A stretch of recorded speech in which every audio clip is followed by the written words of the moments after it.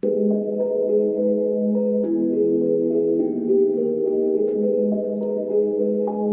Actes des Apôtres, chapitre 19. Pendant qu'Apollos était à Corinthe, Paul, après avoir parcouru les hautes provinces de l'Asie, arriva à Éphèse. Ayant rencontré quelques disciples, il leur dit : « Avez-vous reçu le Saint-Esprit quand vous avez cru ?» Ils lui répondirent : « Nous n'avons pas même entendu dire qu'il y ait un Saint-Esprit. » Il dit : « De quel baptême avez-vous donc été baptisés ?» Et ils répondirent : « Du baptême de Jean. » Alors Paul dit : « Jean a baptisé du baptême de repentance, disant au peuple de croire en celui qui venait après lui, c'est-à-dire en Jésus. » Sur ces paroles, ils furent baptisés au nom du Seigneur Jésus. Lorsque Paul leur eut imposé les mains, le Saint-Esprit vint sur eux, et ils parlaient en langue et prophétisaient. Ils étaient en tout environ 12 hommes. Ensuite, Paul entra dans la synagogue, où il parla librement. Pendant 3 mois, il discourut sur les choses qui concernent le royaume de Dieu, s'efforçant de persuader ceux qui l'écoutaient. Mais, comme quelques-uns restaient endurcis et incrédules, décriant devant la multitude la voix du Seigneur, il se retira d'eux, sépara les disciples et enseigna chaque jour dans l'école d'un nommé Tyrannus. Cela dura 2 ans, de sorte que tous ceux qui habitaient l'Asie, juifs et grecs, entendirent la parole du Seigneur. Et Dieu faisait des miracles extraordinaires par les mains de Paul, au point qu'on appliquait sur les malades des linges ou des mouchoirs qui avaient touché son corps, et les maladies les quittaient, et les esprits malins sortaient. Quelques exorcistes, juifs ambulants, essayèrent d'invoquer sur ceux qui avaient des esprits malins le nom du Seigneur Jésus, en disant : « Je vous conjure par Jésus que Paul prêche. » Ceux qui faisaient cela étaient 7 fils de Sheva, juif, l'un des principaux sacrificateurs. L'esprit malin leur répondit : « Je connais Jésus, et je sais qui est Paul, mais vous, qui êtes-vous » Et l'homme dans lequel était l'esprit malin s'élança sur eux, se rendit maître de tous deux, et les maltraita de telle sorte qu'ils s'enfuirent de cette maison, nus et blessés. Cela fut connu de tous les Juifs et de tous les Grecs qui demeuraient à Éphèse, et la crainte s'empara de tous, et le nom du Seigneur Jésus était glorifié. Plusieurs de ceux qui avaient cru venaient confesser et déclarer ce qu'ils avaient fait. Et un certain nombre de ceux qui avaient exercé les arts magiques, ayant apporté leurs livres, les brûlèrent devant tout le monde. On en estima la valeur à 50 000 pièces d'argent.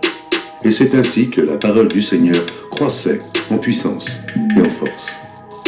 Après que ces choses se furent passées, Paul forma le projet d'aller à Jérusalem, en traversant la Macédoine et l'Achaïe. Quand j'aurai été là, se disait-il, il faut aussi que je voie Rome. Il envoya en Macédoine 2 de ses aides, Timothée et Éraste, et il resta lui-même quelque temps encore en Asie. Il survint à cette époque un grand trouble au sujet de la voix du Seigneur. Un nommé Démétrius, orfèvre, fabriquait en argent des temples de Diane et procurait à ses ouvriers un gain considérable. Il les rassembla avec ceux du même métier et dit : « Ô hommes, vous savez que notre bien-être dépend de cette industrie. Et vous voyez et entendez que, non seulement à Éphèse, mais dans presque toute l'Asie, ce Paul a persuadé et détourné une foule de gens en disant que les dieux faits de main d'homme ne sont pas des dieux.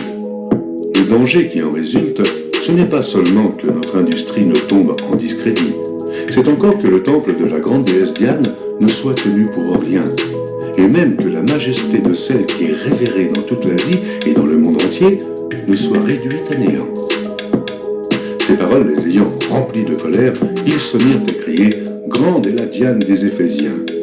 Toute la ville fut dans la confusion, et ils se précipitèrent tous ensemble au théâtre, entraînant avec eux Gaius et Aristarque, macédoniens, compagnons de voyage de Paul. Paul voulait se présenter devant le peuple, mais les disciples l'en empêchèrent. Quelques-uns même des Asiarques, qui étaient ses amis, envoyèrent vers lui pour l'engager à ne pas se rendre au théâtre. Les uns criaient d'une manière, les autres d'une autre, car le désordre régnait dans l'assemblée et la plupart ne savaient pas pourquoi ils s'étaient réunis. Alors on fit sortir de la foule Alexandre, que les Juifs poussaient en avant, et Alexandre, faisant signe de la main, voulait parler au peuple. Mais quand ils reconnurent qu'il était juif, tous d'une seule voix crièrent pendant près de 2 heures « Grande est la Diane des Éphésiens! Grande est la Diane des Éphésiens !» Cependant, le secrétaire ayant apaisé la foule dit « Homme éphésien, quel est celui qui ignore que la ville d'Éphèse est la gardienne du temple de la grande Diane et de son simulacre tombé du ciel? Cela étant incontestable, vous devez vous calmer et ne rien faire avec précipitation, car vous avez amené ces hommes qui ne sont coupables ni de sacrilège ni de blasphème envers notre déesse. Si donc Démétrius et ses ouvriers ont à se plaindre de quelqu'un, il y a des jours d'audience et des proconsuls, qu'ils s'appellent en justice les uns les autres. Et si vous avez en vue d'autres objets, ils se régleront dans une assemblée légale.